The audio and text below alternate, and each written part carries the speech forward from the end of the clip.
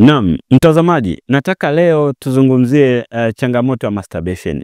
Je, masturbation ina madhara au haina madhara? Hili ni swali ambalo nimekuwa nikipokea kutoka kwa wadau mbalimbali. Na bahati mbaya sana jamii yetu tumekuwa tukifikiri kwamba tatizo hili halipo kwa ukubwa, lakini tatizo hili ni kubwa sana katika jamii yetu. Kulingana na uzoefu wangu wa muda mrefu wa kuhudumia wanawake kwa wanaume, masturbation ina madhara mtazamaji. Tukianza na kwa wanaume, masturbation hii ina madhara kwa sababu inaenda kuharibu kabisa ile mishipa ya fahamu katika kiungo cha uzazi cha mwanaume.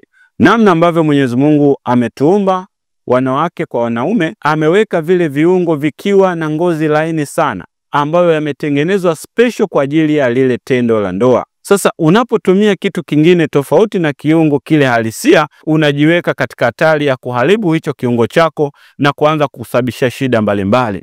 Sasa kwa wanaume wengi wamekuwa wakitumia mikono.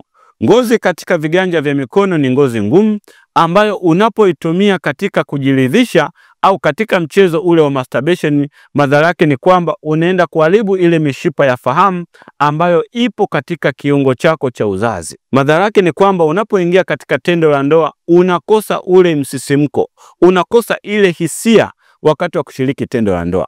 Lakini sio hilo tu, vile vile unapata shida ya mbegu kuwa chache, kwa sababu unapofanya tendo la ndoa unapoteza kiwango kingi sana cha mbegu katika kokwa. Hali ile inakupelekea unapoingia kushiriki tendo la ndoa na mwenza wako unashindwa kabisa kusababisha ujauzito.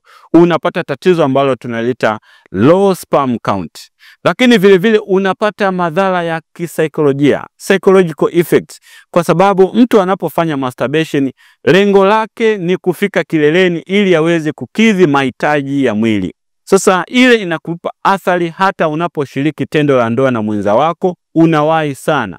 Fikiria tu ile aibu unayoipata unapoenda kushiriki tendo la ndoa na mwenza wako, ndani ya sekunde 2, sekunde 3 tayari umeshafika kileleni. Ni aibu kubwa sana, na hali hii imeleta athari kubwa katika ndoa nyingi. Imeharibu ndoa nyingi sana. Nimepokea wageni wengi sana ofisini kwangu wakiwa na changamoto kama hizi ambazo zimepelekea kuharibu kabisa mahusiano yao ya kifamilia.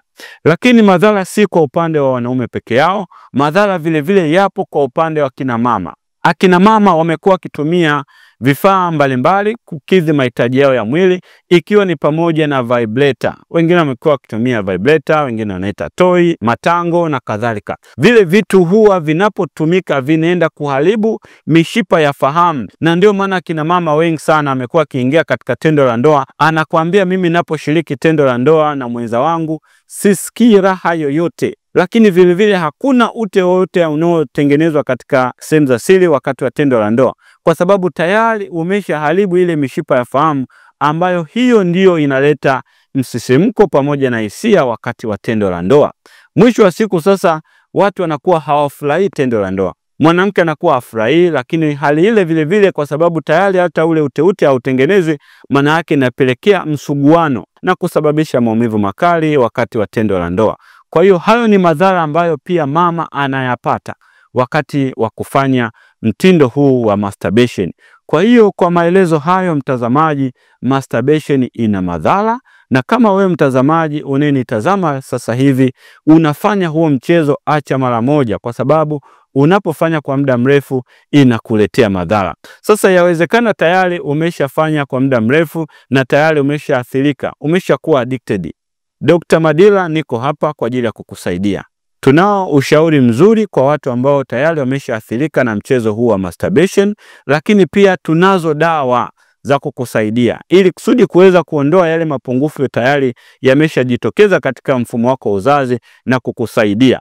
Kwa upande wa wanaume tunayo dawa ambayo inaitwa JC Herb. Dawa hii inaenda kuondoa yale mapungufu katika mfumo wa uzazi, ikiwa ni pamoja na kuongeza kiwango cha mbegu, lakini pia kuimarisha mishipa ya fahamu ambayo tayari imeshaathirika, lakini pia kuongeza mzunguko wa damu katika mfumo wa uzazi. Hivyo basi utaweza kuondoa kabisa mapungufu yale, lakini vile vile pamoja na kutumia dawa hii tunakuwa tunakupatia ushauri wa kisaikolojia.